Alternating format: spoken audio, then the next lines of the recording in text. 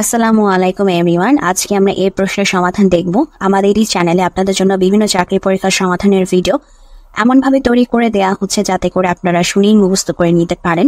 আশা করছি যারা নতুন এসেছেন তারা সবাই চ্যানেলটিকে সাবস্ক্রাইব করে দিবেন। প্রিভিয়াস যত ভিডিও আছে সেগুলো দেখে পড়াগুলো পড়বেন এবং সামনে যত ভিডিও আপলোড হবে সেগুলো দেখে পড়াগুলো পড়তে থাকবেন। তো চলুন এখন আমরা আমাদের আজকের পড়া শুরু করি। সন্ধি বিচ্ছেদ। অহরহ, অহ যোগ অহ, অহ স্বরেও হ বিসর্গ যোগ হচ্ছে অহ, অহ যোগ অহ তারপর বিসর্গ যোগ অহ, অহরহ, অহ বিসর্গ যোগ অহ, অহরহ। নবান্ন, নব যোগ অন্ন, নবান্ন এর সন্ধি বিচ্ছেদ নব যোগ অন্ন, নবান্ন এর সন্ধি বিচ্ছেদ নব যোগ অন্ন। পরীক্ষা এর সন্ধি বিচ্ছেদ পরি যোগ ইক্ষা, পরীক্ষা এর সন্ধি বিচ্ছেদ পরি যোগ ইক্ষা। তবে পরি বানানে আমাদের বয়শূন্যতে রস্বইকার এবং ইক্ষা বানানে দীর্ঘই। কারক ও বিভক্তি নির্ণয়। গরুতে ঘাস খায়, ঘাস খায় কে গরু, সো এটা কর্তৃকারক, আর গরুতে মানে হচ্ছে এ, সো কর্তৃকারকের সপ্তমী বিভক্তি। গরুতে ঘাস খায় এটি হচ্ছে কর্তৃকারকের সপ্তমী বিভক্তি। তিলে তৈল হয়, তিল থেকে তৈল হয়, সো এই যে কোনো কিছু উৎপন্ন হওয়া বোঝাচ্ছে, সো এই জন্য এটা হচ্ছে অপাদান কারক। আর এ যে তিলে এ, সো সপ্তমী বিভক্তি। তিলে তৈল হয় এটি অপাদানে সপ্তমী। অর্থসহ বাক্য। আচ্ছা, অর্থসহ আমরা বাক্য রচনা দেখবো না, শুধু অর্থটা দেখব। বাগধারার তামার বিষ মানে হচ্ছে অর্থের কুপ্রভাব, তামার বিষ মানে অর্থের কুপ্রভাব। ইঁদুর কপালে নিতান্ত মন্দভাগ্য, ইঁদুর কপালে মানে হচ্ছে নিতান্ত মন্দভাগ্য। তুলসী বনের বাঘ ভণ্ড, তুলসী বনের বাঘ মানে হচ্ছে ভণ্ড। ওকে, ট্রান্সলেশন। বাঁচ ও বাঁচতে, আচ্ছা বাঁচো এবং বাঁচতে দাও, লিভ অ্যান্ড লেট লিভ, বাঁচো এবং বাঁচতে দাও, লিভ অ্যান্ড লেট লিভ। বাঁচো এবং বাঁচতে দাও এর ইংলিশ ট্রান্সলেশন হচ্ছে লিভ অ্যান্ড লেট লিভ। মেধার বলে একজন শিক্ষার্থী জীবনে সফল হয়, a student succeeds in life by dint of merit. মেধার বলে একজন শিক্ষার্থী জীবনে সফল হয়, a student succeeds in life by dint of merit. মেধার বলে একজন শিক্ষার্থী জীবনে সফল হয়, a student succeeds in life by dint of merit. খাদ্য নিরাপত্তার জন্য কৃষি শিক্ষা অপরিহার্য।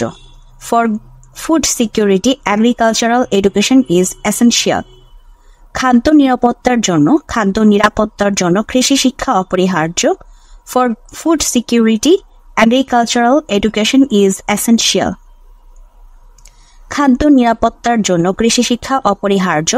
For food security agricultural education is essential. দুর্ঘটনাটি কোথায় ঘটেছিল? Where did the accident happen?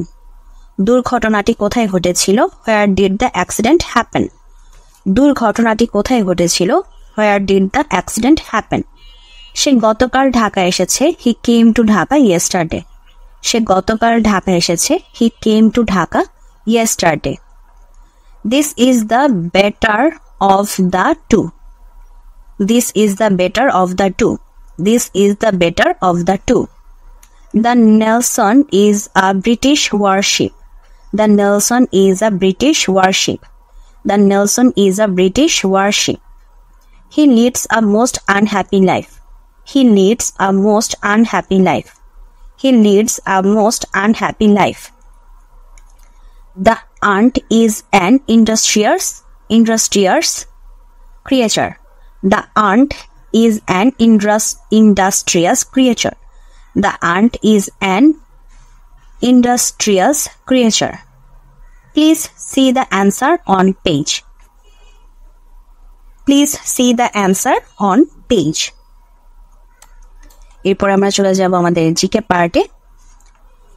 Road gold কাকে বলে? জাফরানকে। রোড গোল্ড কাকে বলা হয়? জাফরানকে। রেড গোল্ড কাকে বলা হয়? জাফরানকে। রেড গোল্ড কাকে বলা হয়? রেড গোল্ড কাকে বলা হয়? জাফরানকে। পৃথিবীর 80% রেড গোল্ডের উৎপাদন কোন দেশ থেকে করে থাকে? ইরান। পৃথিবীর 80% রেড গোল্ডের উৎপাদন কোন দেশ থেকে করে থাকে? ইরান। পৃথিবীর 80% রেড গোল্ডের উৎপাদন কোন দেশ থেকে করে থাকে? ইরান। সম্প্রতি বঙ্গবন্ধু নামে একটি পুরস্কার চালু করা হয়েছে, এর নাম হচ্ছে বঙ্গবন্ধু শেখ মুজিবুর রহমান শান্তি পদক। সম্প্রতি বঙ্গবন্ধুর নামে একটি পুরস্কার চালু করা হয়েছে যার নাম বঙ্গবন্ধু শেখ মুজিবুর রহমান শান্তি পদক।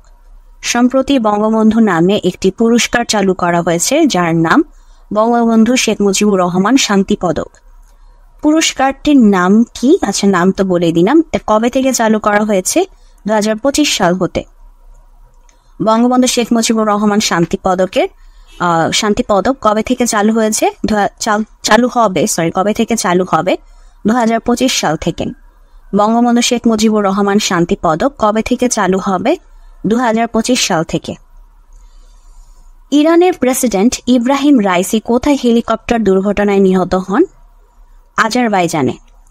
ইরানের প্রেসিডেন্ট ইব্রাহিম রাইসি কোথায় হেলিকপ্টার দুর্ঘটনায় নিহত হন? আজারবাইজানে। ইরানের প্রেসিডেন্ট ইব্রাহিম রাইসি কোথায় হেলিকপ্টার দুর্ঘটনায় নিহত হন? আজারবাইজানে। তাকে কোথায় সমাহিত করা হয়? মাশহাদ শহরে।